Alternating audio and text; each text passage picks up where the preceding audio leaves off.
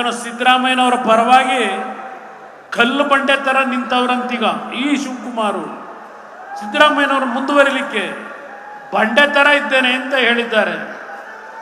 ಬಹುಶಃ 2018-19 ಇದೇ ಬಂಡೆ ಕನಕಪುರದ ಬಂಡೆ ಕುಮಾರಸ್ವಾಮಿಗೆ ಟ್ರಬಲ್ ಶೂಟರು, ಕುಮಾರಸ್ವಾಮಿ ರಕ್ಷಣೆ ಮಾಡೋನು ಅಂತ ಹೇಳಿ ಮಾಧ್ಯಮದ ಸ್ನೇಹಿತರು ಬಹಳ ಸ್ಟೋರಿ ಮಾಡಿದ್ರಿ.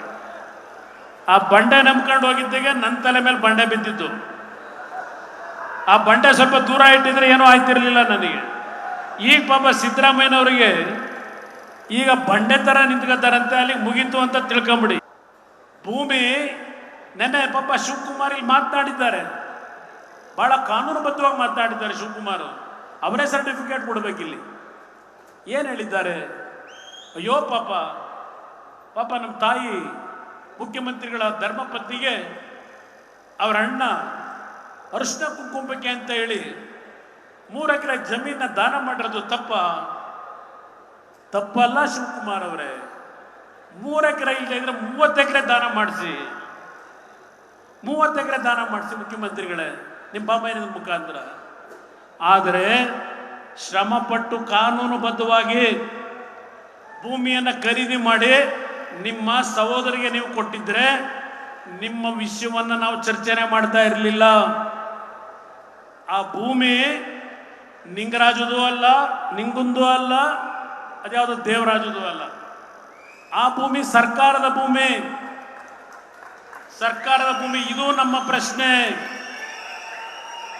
1997, 98, 2000ನೇ ಇಸ್ವಿನಲ್ಲಿ ನಿವೇಶನಗಳನ್ನು ಮಾಡಿ ಆ ನಿವೇಶನಗಳನ್ನು ಈಗಾಗಲೇ ಹಂಚಾಗೋಗಿತ್ತು.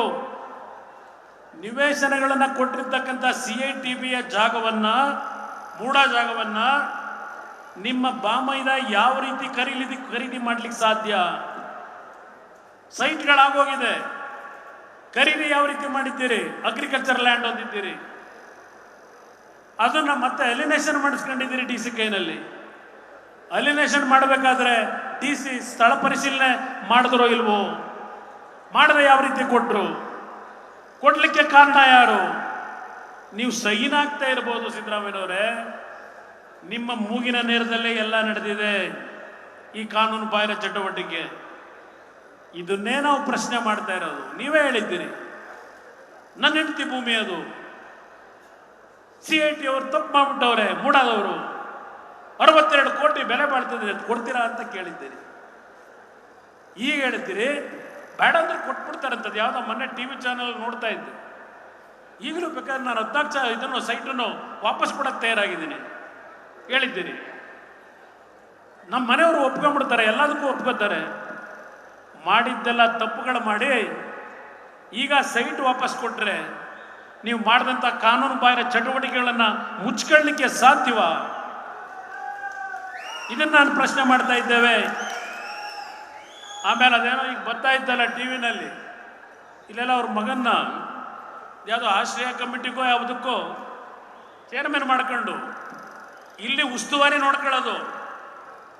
ಜನಗಳ ಮುದ್ದೆನ ಮಧ್ಯದಲ್ಲಿ ಟಿವಿನಲ್ಲಿ ಹೇಳ್ತಾರೆ, ಬರ್ತಾ ತೋರಿಸ್ತಾರೆ, ಅಪ್ಪಯ್ಯ ಅಪ್ಪಯ್ಯ ಅಪ್ಪಯ್ಯ ಅಪ್ಪಯ್ಯ. ನಾನು ಹೇಳಿಲ್ವಲ್ಲ ಅದು ಯಾವುದದು? ನಾನು ಹೇಳಿದ್ದಲ್ಲ ಅದು ಅಪ್ಪಯ್ಯ. ಯಾರು ಹೇಳಿದವ್ರು? 6 ಅಂತ. ನಾನು ಕೊಟ್ರೇನೇ ಇದು ಅಂತಾರೆ.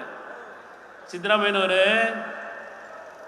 ಆ ಒಂದು ಪ್ರಕರಣವನ್ನ ಯಾವ ರೀತಿ ಮುಚ್ಚಾಕೊಳ್ಳಿಕ್ಕೆ ಹೋದ್ರಿ? ಮೊದಲು ಟಿವಿಗಳಲ್ಲಿ ಬಂದಾಗ 2-3 ಗಂಟೆ TV ಮುಂದೆ ಬರಲಿಲ್ಲ. ಆಮೇಲೆ ಬಂದರು ನಮ್ಮ ಶಿವು ಅವರು ಮನೆಗೆ. ಯಾವ ದೊಡ್ಡ ವಿಷಯ, CSR ಫಂಡ್ದು ಅಂತ ಹೇಳಿ ಅಂದರು. ಅವ್ರು ಹೇಳಿಕೊಟ್ಟ ಮೇಲೆ ಶುರುವಾಯಿತು. ಇಲ್ಲಿ ಅವೆಲ್ಲ ಇಟ್ಟಿದ್ದೀನಿ, ಈಗ ಮಾತಾಡೋದು ಬಿಟ್ಟುಬಿಟ್ಟಿದ್ದೀನಿ. ಇದು ಏನೇನು ಮಾಡಿದ್ರು CSR ಫಂಡ್ ಕತೆ ಎಲ್ಲ ಇಲ್ಲೂ ದಾಖಲೆ ಇದೆ. ಇದು ಒಂದು ದೊಡ್ಡ ಫ್ರಾಡಲೆಂಟ್ ಡಾಕ್ಯುಮೆಂಟ್. ಇದು ಸಿದ್ದರಾಮಯ್ಯನವ್ರದ್ದು ಫ್ರಾಡಲೆಂಟ್ ಡಾಕ್ಯುಮೆಂಟ್. ಯಾವ ರೀತಿ ದಾರಿ ತಪ್ಪಿಸಿದ್ರು ಪಾಪ. ಅದೇನೋ ಹೇಳಿದ್ರಲ್ಲ CSR ಫಂಡು ಅಂತ ಹೇಳಿ. CSR ಫಂಡು ಇಲ್ಲ, ಅವತ್ತು ಸಾಯಂಕಾಲ ಟ್ರಾನ್ಸ್ಫರ್ ಮಾಡಿದ್ರಲ್ಲ, ಅಪ್ಪ ನಾನು ಕೊಟ್ಟಿದ್ದೆ ಇದು ಅಂದ್ರಲ್ಲ, ಇಲ್ಲಿದೆ ಟ್ರಾನ್ಸ್ಫರು. ಯಾರೋ Vivekananda sub inspector, circle inspector ಇಲ್ಲೆಲ್ಲ ಮಾಲಾಗಿ ಹಾಕಿದಿರಲ್ಲ. ನೀವು ಯಡಿಯೂರಪ್ಪನವ್ರ ಬಗ್ಗೆ, ಕುಮಾರಸ್ವಾಮಿ ಬಗ್ಗೆ ಚರ್ಚೆ ಮಾಡ್ತೀರಾ? ಎಸ್, ನಾನು ಯಡಿಯೂರಪ್ಪನವರು ಹೋರಾಟ ಮಾಡಿದ್ದೇವೆ. ಮಲ್ಲಿಕಾರ್ಜುನ್ ಖರ್ಗೆ ಅವರ ಪುತ್ರ ಇವತ್ತೇನೋ ಹೇಳಿದ್ದಾರೆ.